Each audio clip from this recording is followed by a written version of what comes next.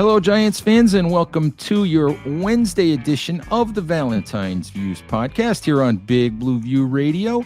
And as the New York Giants get ready for their first playoff appearance since 2016, this Sunday's game against the Minnesota Vikings, I'm joined by Tyler Dunne of golongtd.com.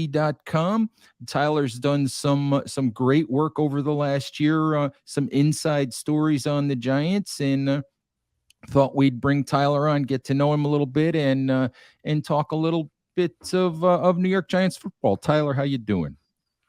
I'm doing great, Ed. Thanks so much for having me on. It's got to be a nice change of pace for you to talk a little playoff football, right? It's happened once in the last decade. I'm not sure I remember how. We're trying to dust off those old muscles, but it's been a while. So I wanted to ask you, let me just start with this. People get to know you a little bit. It's the first time I've had you on the show. Go Long is a subscription site. A lot of wonderful in-depth things there. But can you just tell us a little bit about the site, a little bit about what you try to do over there? I appreciate the opportunity. I launched Go Long at golongtd.com, like you noted, in November of 2020. So I covered the Packers at the Milwaukee Journal-Sentinel for about 5 years, the Bills at the Buffalo News for a couple of years, and then about 4 or 5 years at Bleacher Report doing the whole NFL. And always kind of gravitated toward the long form, toward profiles, human interest stories, deep dives on teams, kind of get to the inner workings of things behind the curtain to see how the sausage is really made in this league, because they don't just feed it to us all on a silver platter at press conferences, right? We gotta do a little legwork to see how these teams and these playoff teams really come together, to be honest. So I just thought the timing was right in November 2020 to take the plunge and do my own thing. They absolutely don't hand this information to us on a silver platter, and I'm chuckling as you say that, because I'm thinking about last week and Jordan Raanan of ESPN trying desperately all week long to get Brian Daboll to tell him in press conferences whether or not starters were going to play in Week 18 against the Eagles. And every day Jordan would ask, and every day Daboll would say, Friday evening is when I'm going to make that decision. Friday evening is when I'm going to make that decision, which meant Friday evening is long after we get a chance to talk to Daboll, of course. So what he's saying to Jordan is, I'm not going to tell you. Just flat out, I'm not going to tell you. If you're going to figure it out, go figure it out on your own. But yeah, so, and it was obvious what they were going to do, but he wasn't going to tell us. And it just, and it became kind of funny. It's a different beast to cover. And I feel like all teams are the same in that regard. It's very rare to get a head coach or a GM that's going to stand at a podium and just completely tell you everything. Is it, they're in the business of winning. They want to try to hold all information in as much as they possibly can. But I imagine when you have authentic, genuine, all in all good people running a team like the Giants have now versus maybe what the Giants had before, that's a bonus. That helps. Absolutely. And Brian Daboll and Joe Shane are both one of those. But I do get a kick out of the we did this with Ben McAdoo, and we did this with Daboll even, for a few months. It's like, are you going to call the plays 6 months before the season started? No, I'm not going to, maybe not. It's a competitive advantage if I tell you who's going to call the plays. But wait a minute. Right. It's a competitive advantage in March to tell us who's going to call the plays in September. A little ridiculous. Yeah. Yeah, it does get a little ridiculous.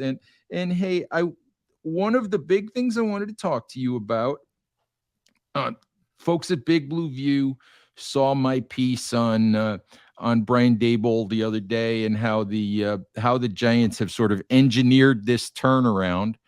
and a good chunk of that piece came from a piece that you did on Daniel Jones and Brian Dable at Go Long, and it sort of what it basically did is confirmed what I saw with my own eyes.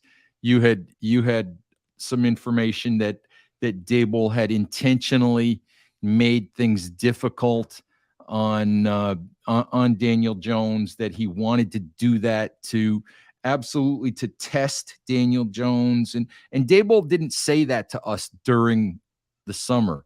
He basically showed it to us on the practice field. And I thought that was really interesting. And for folks who haven't had a chance to read it, why don't you just tell folks what you were able to find out? Daniel Jones, to me, I think to everybody out there in Giants country and beyond, has got to be one of the more interesting, fascinating, compelling quarterbacks in the league, because he kind of is whatever you want him to be. I mean, I can really see a compelling argument for two opposite ends of the spectrum. And even as they're entering the playoffs here, on one end, you can see, okay, he's not Patrick Mahomes, Justin Herbert, Josh Allen, Joe Burrow, this elite specimen with this elite skill where, when he takes the field, you have a chance to win every fourth quarter, go on a playoff run. You can build around him and not even think twice, right? It's like he doesn't just jump off the screen. He never really has. High school to college to the Giants, he's never been this can't miss stud. And you can wonder, all right, well, is it ever really in him? Is it ever going to, if it's not in him, is it ever going to come out? Are we ever going to see it? But I kind of lean toward the other end of the spectrum, where you've seen enough out of Daniel Jones to, as Chris Sims said, build an effing team, draft better, sign guys, build around this quarterback, because guess what? He's out there with other teams' cast-offs at wide receiver, an offensive line that was easily the worst in the NFL, that's better, but not exactly a road grading dominant unit. And he's finding a way to win. He's making the plays in the fourth quarter that you need him to make. He's tough as hell. He's taking shots. He's staying in the game. He's standing in there and delivering big time throws. And above all, he has something really good cooking with Brian Dable, where, do you really want to just crinkle that up and throw it into the trash? Like they're clearly starting to understand each other and what plays work, what schemes work, building game plans as one, that you want to take that into another year with some more talent, with a true number one and number two receiver, and see where this goes. So I think that was kind of the impetus is, all right, this team, they started hot. They kind of hit a rut. Daniel Jones picked it back up. What does the long-term future look like for Daniel Jones, for the New York Giants? And understandably, there were opinions all over the place, but I think the takeaway from my story is, you know what? Go for it, right? Find a way to make it work in 2023, a number that works for both sides. And then be aggressive in free agency. Be aggressive in the draft. Somehow build around him in the short term while you're still hunting for quarterbacks.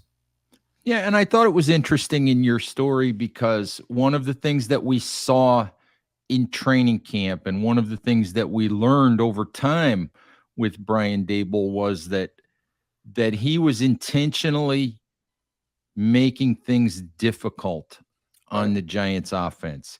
He was putting them in third and long situations to practice on a given day. He was giving them the long field to try to drive. He wasn't, as teams might do sometimes while they're still installing an offense, he wasn't tying Wink Martindale's hands and making Wink Martindale be vanilla on defense. He allowed Wink to run pressure packages, to treat it like game situations. We could see with our eyes that he was making it difficult on the offense. And I want you to kind of just tell people a little bit about what you uncovered, that goes even farther than that in terms of what Dable was looking for from Daniel Jones in training camp. I'd living here in Buffalo, New York, and I do a show with Isaiah McKenzie for the Bills. Again and again, you hear, it's not even like you're seeking it out, but players tell you how much they love Brian Dable. And it's all of the above. Yeah, he's really responsible, maybe most responsible for the meteoric rise of Josh Allen and developing this quarterback who out of Wyoming was inaccurate, kind of this wild stallion running all over the place. You know where the ball was going to go. Is either going to be 14 rows in the stands or at a guy's feet. And in the season, Daboll's the one working with him. In the offseason, Jordan Palmer really helped with all that. But here in West New York, you can credit him for that development. The playbook, the schemes, the matchups, the misdirection. He's, cutting edge when it comes to offensive innovation. Play calling, I know he doesn't do it out there, but he could really get into a rhythm. And you see the difference in a Bills game now versus with Daboll, where they're offensively, they're putting up points and, they're moving the ball, but it's not really as rhythmic as it was with a Brian Daboll. But number one, what guys love is he just gets people. He gets to know you on a very individual level. He knows that this is a human game played by human beings. He doesn't try to just treat you as a cog in a machine and move right along. And it's coming from like Isaiah McKenzie. Here's a slot receiver who really wasn't involved in the offense, who frankly could have been pissed at an offensive coordinator for not using him more. And he'd say how much he loves him. And that really echoed with several players. So I think in that vein, he understood, okay, yes, Daniel Jones needs to be certain things as a quarterback for us to win. And he needs to have a certain skill set. But I need to know, number one, what's his makeup as a human being? Is he mentally tough? Because over the course of a 17-game NFL season, there's going to be ups, there's going to be downs. You're going to take some shots. You're going to be in pressure situations. Mentally, how do you handle that roller coaster? You can't really do a hell of a lot in practice contact-wise. You don't really want your guys playing in the preseason. So the way he was able to simulate it was with exactly that. What I was told is to make practices as hard as possible on Daniel Jones. He would tell Wink Martindale, all right, here's what I want you to call because it's going to shut down the plays that we're going to call an offense. And then on the flip side of that, when Tyrod Taylor was in with the second team offense, he wanted Tyrod to look good. And then that way it's kind of creating, usually coaches don't want these quarterback controversies and want the media kind of making more of it than we do. But he kind of wanted that. He wanted it to look like Daniel Jones was struggling, going through some hard times, and for Tyrod to look good, to see how Daniel Jones would handle it day to day. And by all accounts, he passed it with flying colors. I was told that Brian Daboll, quote unquote, loves Daniel Jones. And that word was repeated several times. Loves Daniel Jones. And I think that's something that we're seeing, right? I mean, right, it's gotten better as the year has progressed. Daniel Jones looks as good as he ever has at the most important time of the year, which is big. And not to get too far ahead of myself, but I think you can both build a team and an offense and a structure for Daniel Jones that allows him to succeed and maybe you sign him to a 3-year deal while you're still hunting for quarterbacks. That doesn't stop you from maybe taking a guy in the second or third round and seeing if you turn him into something. And it doesn't stop you from, hey, John Harbaugh, hey, Baltimore Ravens, Lamar Jackson's available. Oh, we didn't know that was a possibility, right? I don't think that Brian Daboll's just going to shut the door on every other possibility while he still loves Daniel Jones, which is what you want if you're the New York Giants. Yeah, I think that's a good way to look at it. I think that Daniel Jones is probably not going to the Hall of Fame, but the way that the NFL plays offense now, increasingly over the last couple of years, where scoring is actually going down a little bit, I think what we're seeing is it's less, although the explosive play is still critical, but we're looking more at efficiency. Get the ball out of your hands, get it to the right people, deliver the ball on time, don't mess it up. Don't be what Dak Prescott's been lately and be a turnover machine, and make some plays with your legs. And in that vein, as we said, he's not Josh Allen, he's not Patrick Mahomes, but in that vein, he's playing quarterback not only the way Brian Daboll and Mike Kafka have wanted him to play it, but to me, he's playing quarterback the way that you have to in this league right now to be successful. Right. That is such a great point. I don't think I'm all the way there yet because I feel like this time of year, give me give me Burrow, right? Give me Mahomes. But how many of those guys are there going to go around? I mean, I think every team would want Right. that quarterback. You can win with the guy you just described. And look at San Francisco. On what planet did we think a team would be in as good a shape as the San Francisco 49ers are in to realistically go on a Super Bowl run, win the Super Bowl with Mr. Irrelevant, with the last player picked in the draft? It's because he doesn't screw up. He gets it to the playmakers in stride, right? Like the analogy of handing the baton off to somebody while they're still moving at full speed. You get it to your playmakers. They do something with it. You don't screw up. You run the ball. You play good defense. You can beat anybody in the NFL. So if they're finally going to have money to spend, the Giants, go build a defense. Be aggressive. I mean, maybe there's somebody out there, wide receiver, you can trade a pick for, get creative, because you're not going to sign one in free agency. But you don't have to panic at quarterback and do something stupid like the Cleveland Browns did last year. No, but I think you're right. You keep, you keep sort of throwing stones at it. If you've got a guy whose skill set you love in the middle of the draft, you take that shot and you see if maybe you can develop that guy into a guy you want to use. Maybe at the end of whatever 2 or 3 year contract you're going to sign Daniel Jones to. Right. So,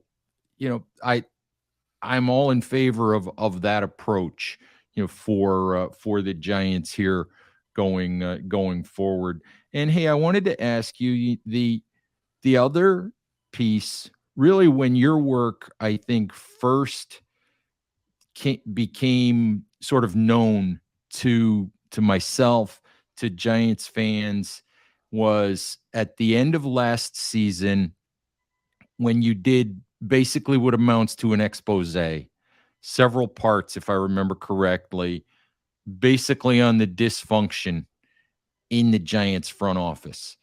And a lot of that, again, I sort of knew some of that. Because you can just sort of see it with your own eyes when you're around. You can see that, the pieces of this puzzle just don't fit. And there are voices that there are loud voices that shouldn't be loud voices. Well said. Yeah. But when you look at it now, I mean, I'm sure, from your Buffalo days, and I'm sure you knew Joe Shane a little bit, or knew of Joe a little bit. Just look at the Giants front office now versus what it was a year ago, and just give me your thoughts on what Joe Shane has done. Right. I think that maybe a one theme in that 3-part series that you alluded to, the autopsy, we called it, because it's like, all right, let's take a look at this body. It's in pretty bad shape. And how did it get here? Big problem for the Giants as things kind of got worse and worse and worse. They didn't have as many just hardcore football people with their eyeballs on these college games.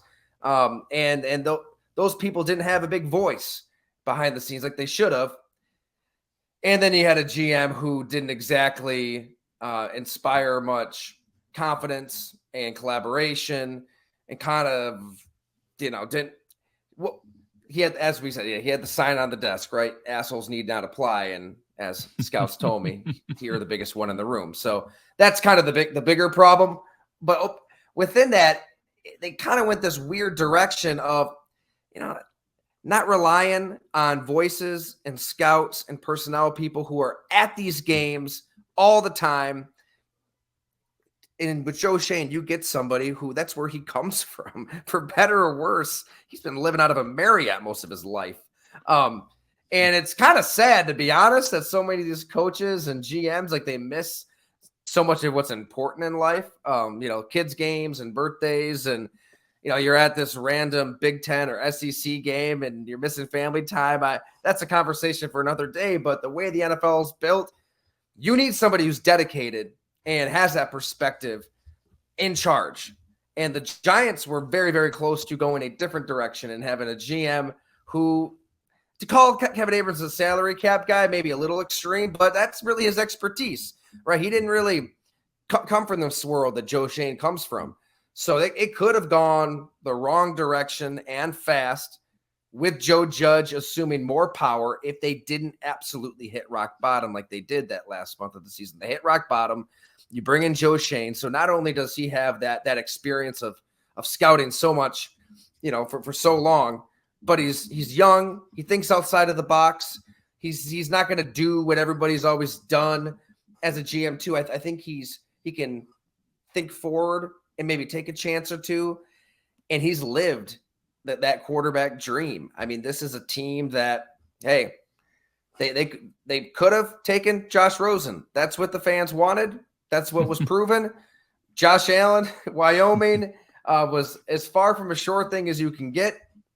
But they went through a detailed process every step of the way to land on Josh. It wasn't luck. It wasn't like they just willy-nilly took this raw project. No, there's a lot that goes into it.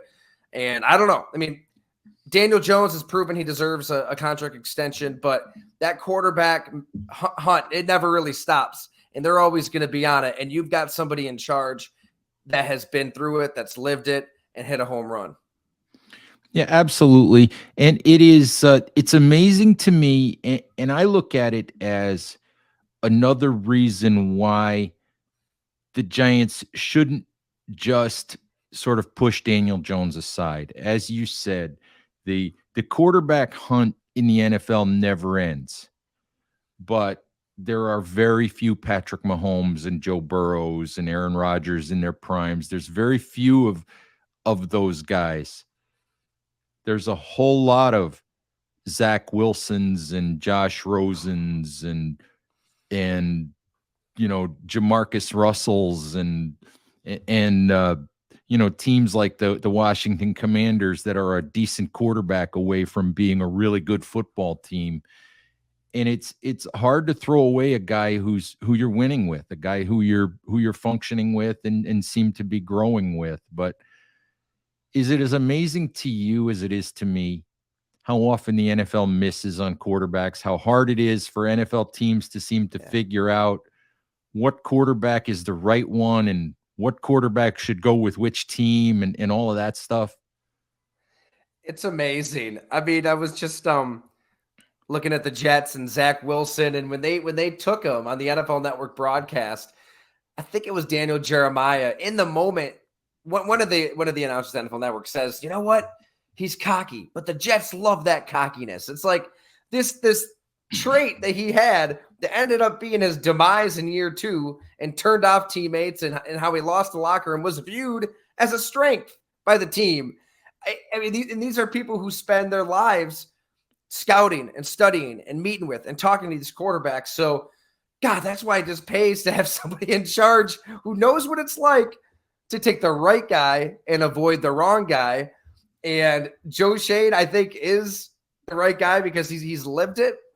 It is such an inexact science, though, to answer your question. I mean, we have a story coming out Wednesday. I guess when people are listening to it, it's probably out at golongtd.com. Bob McGinn, he works for me, and I used to work with him at the Milwaukee Journal-Sentinel. He's covered the NFL draft for decades. He's the absolute best. Nobody's more connected. And he talked to a bunch of personnel men about the Peyton Manning, Ryan Leaf decision. And it's crazy looking back at how much people loved Leaf and thought, yeah, like he's got these traits that Peyton Manning does not have. And a lot of folks just outright missed the fact that Manning was going to bust his ass. Leaf wasn't. All the warning signs were there. All the red flags were there, staring at you in the face. Ryan Leaf even jokes about it at this point. He's like, man, if people did their homework, they would have seen my teammates didn't like me, right? That I'm getting kicked out of bars. You've got to do all that stuff and enter into this equation that spits out the right answer for you at quarterback. Because if you don't, you're going to get fired. Absolutely. I did a study a few months ago, just going back to 2010. And if you look at quarterbacks drafted in the first round, and when you draft that guy in the first round, you're looking at your franchise guy. You're staking your franchise. You're staking your next few years on that guy. And I think if you define success as the guy got a second contract with his team or the guy became a Pro Bowl quarterback, I think the NFL success rate for drafting quarterbacks in the first round is somewhere around 30%. And that's just pitiful. And it speaks to there's no guarantee that CJ Stroud or Will Levis or Bryce Young or Anthony Richardson or Hendon Hooker, there's no guarantee that any of those guys is going to be better than Daniel Jones or be a good NFL quarterback or any of that. So it's hard to throw away what you have. It is. Yeah, the grass isn't always greener. And maybe the best comp for Daniel Jones, the more I kind of thought about it, and Rich Gannon would be a damn good one. Talked to him for that story. And he even said, look, in Minnesota and Kansas City, I just never had somebody put their arm around me and believe in me and build an offense for me and tell me I'm your guy. John Gruden did that in his late 30s, and he makes 4 Pro Bowls, wins MVP at 39, takes the Raiders to the Super Bowl. It's crazy how things click so late in his career, but it took that long for him to have people who actually believed in him. But I think the comp is Alex Smith. I mean, Alex Smith goes through 7 offensive coordinators in 7 years. There's bad San Francisco teams, bad offenses, bad coaching, just totally dysfunctional in so many ways.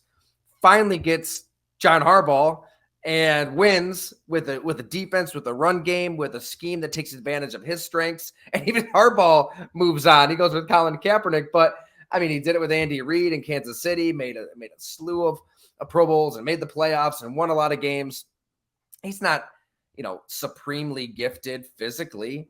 He can run around a little bit. He's mobile. He's got an above average arm, but I mean, Daniel Jones could be that, like with a little continuity, with some belief, with some better players around him, with a defense. Hey, Alex Smith, I mean, he was 1 or 2 plays away from getting to some Super Bowls. So you can talk contention with Daniel Jones if you do the right things around him. Absolutely. And what I have said all year with the Giants is that it's been really nice that they're in the playoffs. It's been great, but it never really was the point. Making the playoffs this year wasn't ever really the point. It was about setting up the future. It was about being in a situation where you became a team that regularly made the playoffs, that competed on a regular basis. And I'm curious, do you agree with me that I think with these guys in charge and with what they've done this year that the Giants are taking some steps toward becoming that? I do. I get that the analytics tell you to be wary of the 1-score wins, and that can be a telltale sign that maybe this team is a little fraudulent. To me, it's a sign of strength, resilience. Like they are finding something deep down, at a very human level to make the play they need to make late in the fourth quarter that they didn't before. And the team they're playing in the playoffs, they're very similar in that regard. Mike Zimmer, those Vikings, they found a way to lose those close games last year. I want to say, God, it's a 7 or 8 of their losses were by 1 score with Zimmer, and it's completely flipped with Kevin O'Connell. That's not just by chance. That's not just completely coincidental.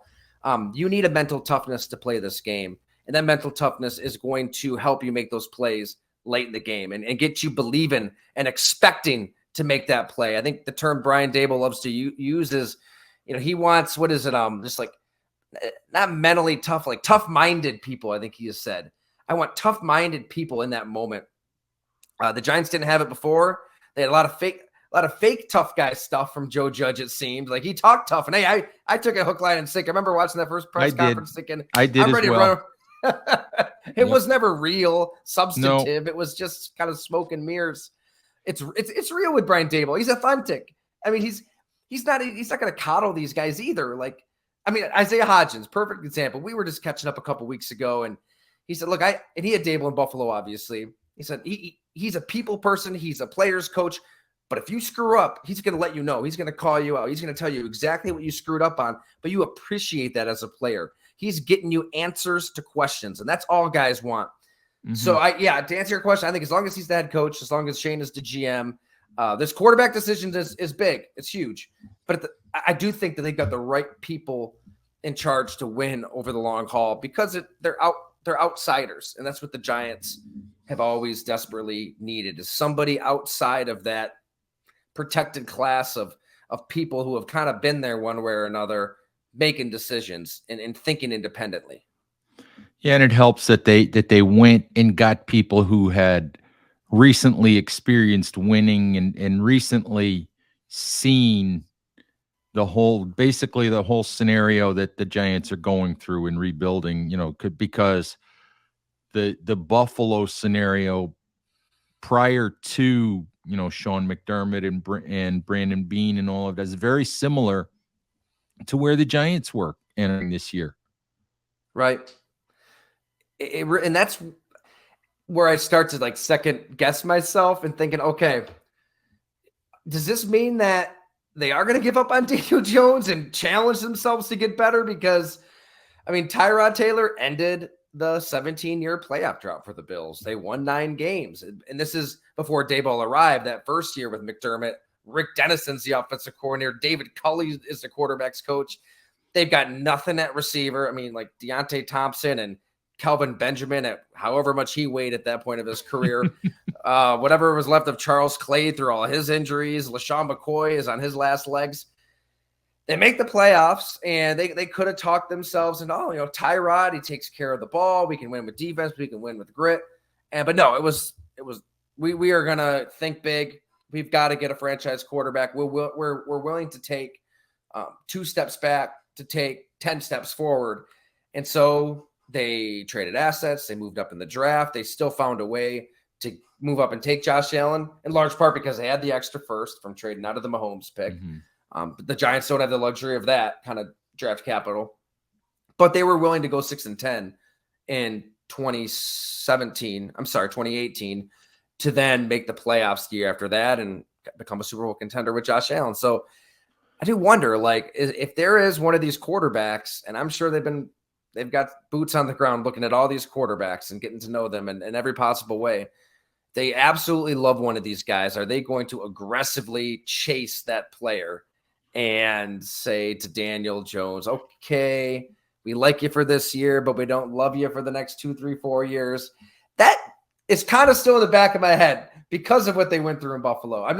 I still think they find a way to get a 3-4 year deal done with Daniel Jones because he's earned it. He's exceeded everybody's expectations. But to answer your question, like, yeah, in Buffalo, they saw a model that works, and it takes some guts, right? It takes willingness to lose some games for a year. Well, one of the things that Mark Schofield, who is now NFL writer at SB Nation and a good friend of mine, says is progress is not always linear. And that applies to quarterbacks. It also probably applies to roster building and everything else. Just because you win 9 games this year doesn't mean you'll win 10 or 11 next year. Right. So it is what it is, and we'll see what the Giants do. And anyway, Tyler, before I let you go, I just want to give you a chance to let folks know where they can find you on social media and what they'll find at Go Long coming up here if they choose to subscribe. Hey, thanks so much for having me too, Ed. Really enjoyed the conversation. GoLongTD.com. You can go on the free email list if you'd like, and always upgrade once you get the free stories in your inbox, or you can become a paid subscriber. It's $8 a month, $50 a year. And if you do the annual, just hit me up on Twitter at Ty Dunne, TYDUNNE, or shoot me an email, and I'll send you a book, The Blood and Guts, How Tight Ends Save Football, because we got Jeremy Shockey on the cover for a reason. I went down to Miami Beach, shared a few drinks with that wild man. It was everything you'd expect, and he was. Is he still a wild man to talk to? Still a wild man? Oh Lord, he's a jet setter, man. He goes down to Brazil. As he said, he gets into his share of bar fights still, like he did back in the day. Just not in this country because of litigation and whatnot. He's smart enough to do it outside of the U.S. Man. But he was what a nutcase. He was something else, and I tell you what, I think you're going to learn sides of Jeremy Shockey that you didn't know, that I didn't know. I mean, how hard he worked, how tough he was, how dedicated he was behind the scenes. And he might go out partying or something. He'd almost feel guilty and just do 100 push-ups in the middle of the night when he's hungover because he just has to. He's got to stay on that grind. But yeah, if you subscribe annually, I'll be sure to sign you a book and mail it out to you. Awesome. All right, Tyler, thank you very, very much. Giants fans, thank you as always for listening. Please stay safe out there, take care of each other, and we'll talk to you soon. Bye bye.